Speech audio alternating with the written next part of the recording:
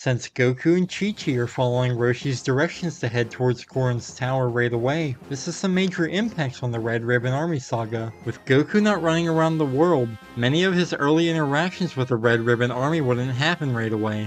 After all, he isn't searching for the Dragon Balls, so he wouldn't cross paths with people like Colonel Silver, General White, or General Blue. The odds are that Bulma and Krillin wouldn't run into him either. Even though they are running around the world, it's theoretically possible that they could have stumbled across the Red Ribbon Army, but that's highly unlikely. Without Goku's interference, it's likely that Colonel Silver's men find the Dragon Ball on the day Goku normally fought them. After all, they were already in the area and near the rocks that it was between. While we never see this scene in the manga, Commander Red told Colonel Silver he was sentenced to death for being beaten by a young boy. In this timeline, he wouldn't meet that fate. However, he would successfully deliver the Dragon Ball to Commander Red. As for General White, he would still be at a standstill in the search for the Dragon Ball. Unbeknownst to him, Android 8 had managed to find it while walking around one day. He decided to hide it since he overheard General White saying that he would have his men kill the villagers once it was found. Then as for General Blue, without Goku going towards that area with the Dragon Balls, they are never ordered to scout the area for an enemy camp. This also means that Master Roshi is never dragged into the conflict, so he doesn't get in a fight with Captain Dark. Also, without Goku there to follow, it might take General Blue longer to find the Dragon Ball as well. So, just like General White was at a standstill,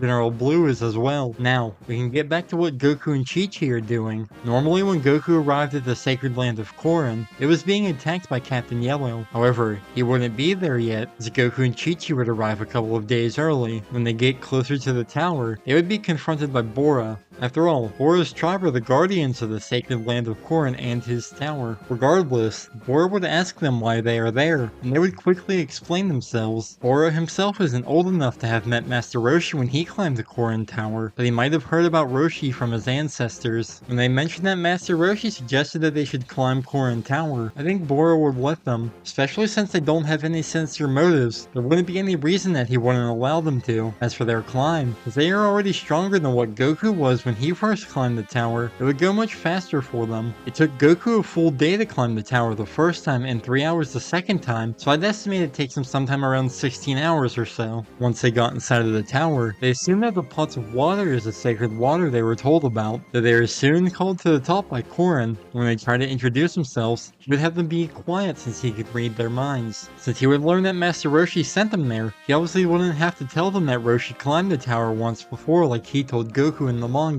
Anyway, when they ask Korin about the sacred water and try to grab it, they would soon realize it isn't just as simple as drinking the sacred water. It would take them having to take the bottle from Korin, and while they probably could work together to get it, I think Korin might have them try to get it one at a time. This way, both of them get the full benefit of training with him, instead of it being easier by the two working together. At some point in their training, Korin would likely throw something of theirs off the tower so that they are made to climb it again. In the original, he only did this to Goku to show him his progress, and just like he did in the manga, both Goku and Chi-Chi would climb it way faster the second time. Overall, it normally took Goku 3 days to get the water from Korin and drink it. This time, with both of them being far stronger than usual, I'll say it takes him about 2 days to get it. Though, after they drink the water and comment on feeling nothing, Korin would tell them both that it's just regular water. Before continuing on with the story, I want to briefly discuss how strong they get from training with Korin. From estimates I've seen, Goku's power level went from 26 to 126 after climbing Korin's tower and from training with him. So, that boost roughly made him 4.85 times stronger than he was before training with Korin. In this timeline, if I kept Goku's power boost that high, it would bring him to a power level of 398.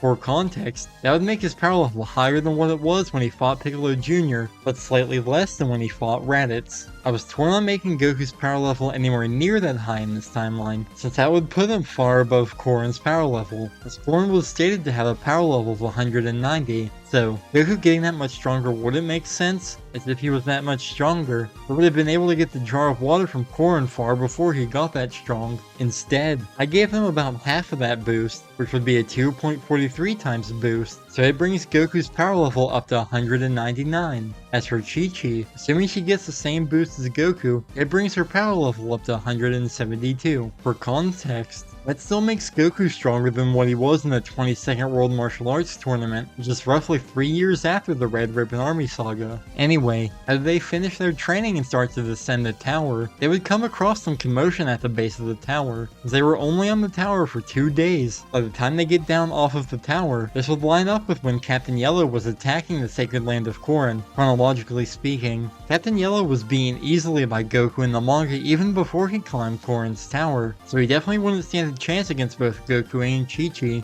As per usual, they would rescue Appa from Captain Yellow and then defeat him. Once he is defeated, they would talk to Bora and Appa about why they were attacking them. Bora would explain that it was over the Dragon Ball, and since he didn't know what they are for, Goku would fill them in on what they are. While they wouldn't know exactly what Captain Yellow or the Red Ribbon Army wanted the Dragon Balls for, they'd probably realize it wasn't for noble purposes. After all, they were trying to kill Bora and they tried to kidnap Appa when that didn't work. Also, even though Goku doesn't have a reason to make a wish on the Dragon Balls, he might begin searching for them just to stop the Red Ribbon Army. In this timeline, he has a strong sense of morals and has a strong desire to protect the innocent, so he would want to take down the Red Ribbon Army. The first thing he and Chi-Chi would have to do to hunt them down would be to get the Dragon Radar. Since Bulma is out running around the world, and since she doesn't have it, they would have to go get it from her parents instead. Assuming they remember her mentioning that she's from West City and that her family owns Capsule Corporation, they make their way towards West City. When they arrive at Capsule Corporation, they would knock on the door and try to explain to her parents who they are and why they are there. After explaining who they are, her parents would likely let them borrow the Dragon Radar as long as they return it afterwards. They then thank them and leave as they begin their journey for the Dragon Balls. This likely ends up in them going on a hunt for the Dragon Balls in essentially the opposite order in comparison to how Goku normally found them in the Red Ribbon Army saga. This means that they would end up getting into a confrontation with General Blue and his forces first. While I could go into detail about these interactions, there isn't much of a reason to.